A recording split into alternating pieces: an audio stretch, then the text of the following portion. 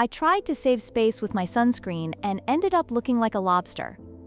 The story kicks off back in June. This summer has been unusual for me since I got to go on 2 vacations, which is pretty rare. I first traveled to Sweden and Norway on a choir tour, and later in August, I found myself in Maine. While packing for Norway, it crossed my mind that I should probably bring some sunscreen. Norway can be rainy, but I didn't want to risk getting burnt abroad, so I packed a bottle of sunscreen. Since it was going in my carry-on, I knew I had to keep it under 3.5 ounces.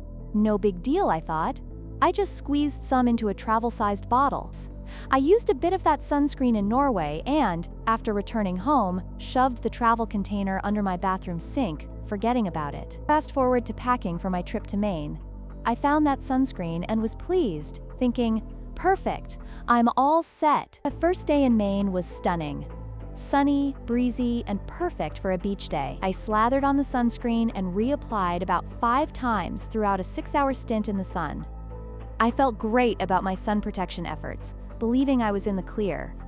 But later that night, as I got into bed, I realized I looked like a lobster. I hardly ever burn, but here I was, feeling utterly crispy. Confused, I did some quick research online. What I found shocked me. Sunscreen loses effectiveness if it's not in its original container, especially if it's been transferred and stored for over a week. So I had been applying essentially useless lotion on myself for hours. Lesson learned: always keep sunscreen in its original bottle to avoid turning into a tomato after a day in the sun.